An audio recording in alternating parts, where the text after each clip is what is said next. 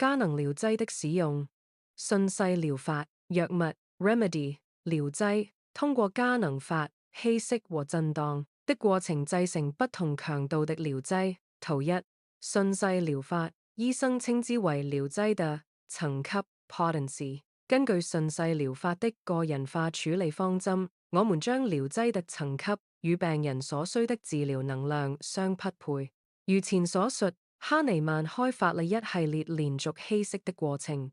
很多藥物一方面能幫助人們，但另一方面卻往往會產生副作用，因為很多藥物都是有毒的。為了盡量減少這些影響，他將藥物稀釋至越來越低的劑量，連續稀釋，然後他在每個稀釋階段之間將其震盪。震動含有稀釋液加能的容器，以釋放藥物的能量。療劑，他發現療劑的層級越高，越能刺激痊癒能力。順勢療法，醫生經常在加能問題上受到挑戰，因為我們無法提供完全令人滿意的解釋，但科學家們也無法解釋許多現象，包括最基本的力、重力。阿爾伯特雷、愛因斯坦 （Albert Einstein） 花了一生的大部分時間，試圖建立一個統一的場理論，將電磁學和引力結合起來。他這個工作的努力雖然沒有成功，然而他美妙且舉世聞名地向科學界證明，物質只是能量的一種形式。這種等價表示物質可以與其他形式的能量相互轉換，這是原子彈以及核反應爐和恆星產生能量的基本原理。或者換一種說法，因此我們可以認為物質是由能量場極強的空間區域構成的。阿爾伯特愛因斯坦在順勢療法藥物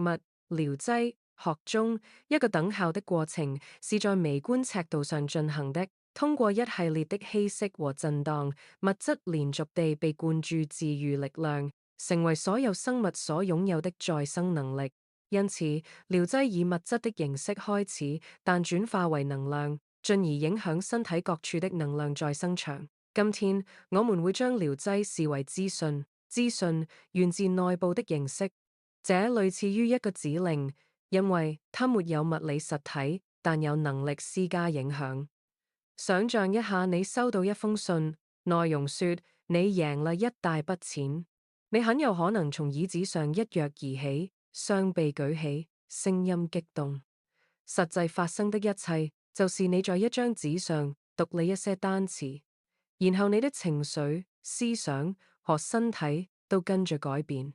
紙上的文字相當於順勢療法療劑注入個體的新能量。順勢療法療劑，其中一些處於天然狀態的藥物具有潛在毒性，是根據連續稀釋和震盪，針對液體製劑和連續研磨，針對固體製劑的特定過程製備的，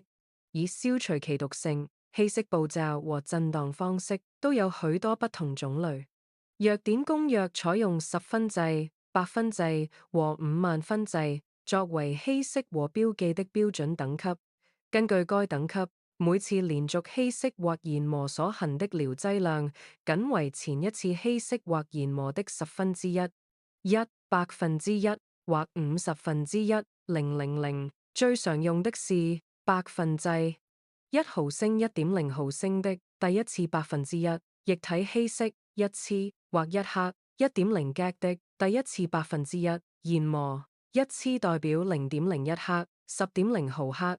的乾燥粗物質，1毫升1.0毫升的第二次1/1，液體稀釋2次或1克1.0 g 的第二次1/1，研磨2次代表0.0001克0.1毫克的乾燥粗物質。隨後的液體或固體稀釋物通過連續過程，將一份先前稀釋的物質震盪或研磨至載體的99份，代表活性成分，即乾燥的藥物療劑的以下比例